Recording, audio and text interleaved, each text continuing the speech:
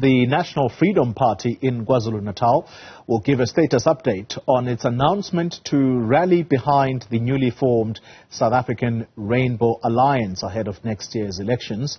This follows the Independent Electoral Commission's decision to suspend the National Freedom Party from participating in these upcoming elections. This is due to internal squabbles, including its failure to submit financial records. Newzroom Afrika's Mnyandu is following this story for us, and he joins us now. Ntando, good morning to you. I know that that briefing has yet to take place, but I think it's fair to say that the National Freedom Party, it's been a downward spiral for this party since the passing of its leader, Mnyandu. How is the party explaining their disqualification from participating in an election? It's shocking.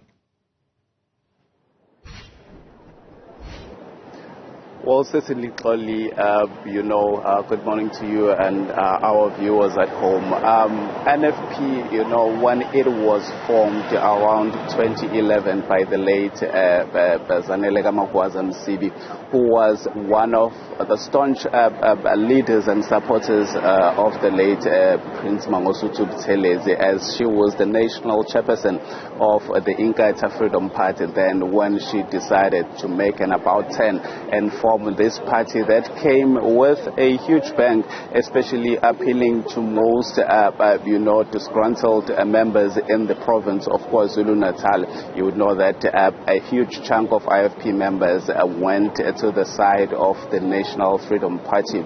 But over the years, the party has seen a decline and a downward, trend when it comes to its presence, in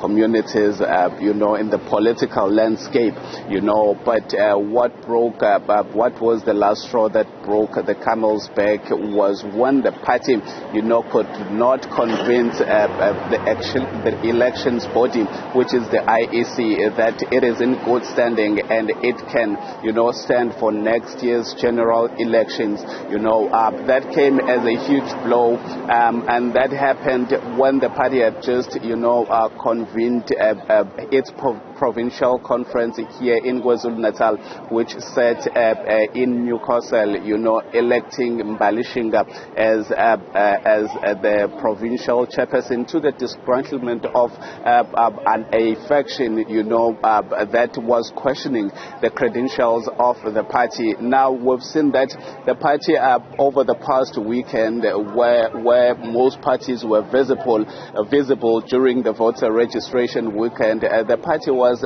in essence a no-show because it has a lot of internal fighting. We've seen one of the leaders in the province of KwaZulu-Natal, in the form of Canon Mdletshe, making all sorts of statements with regards to an upward trend of political killings, saying that their councillors are a target of political killings.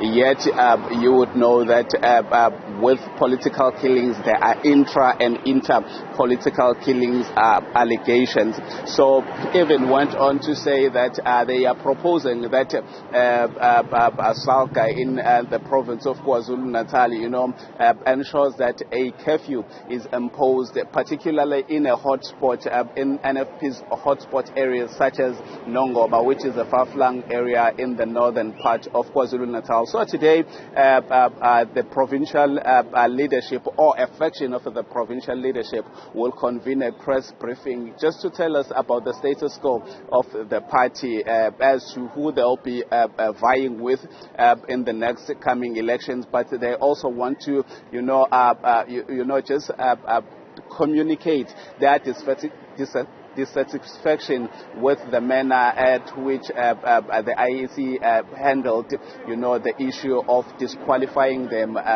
or disqualifying their eligibility, to contest next year's election, citing some irregularities on the part of the financials of the party. While some party leaders coming forward saying there is nothing untoward, there is nothing fishy with how they are handling their finances.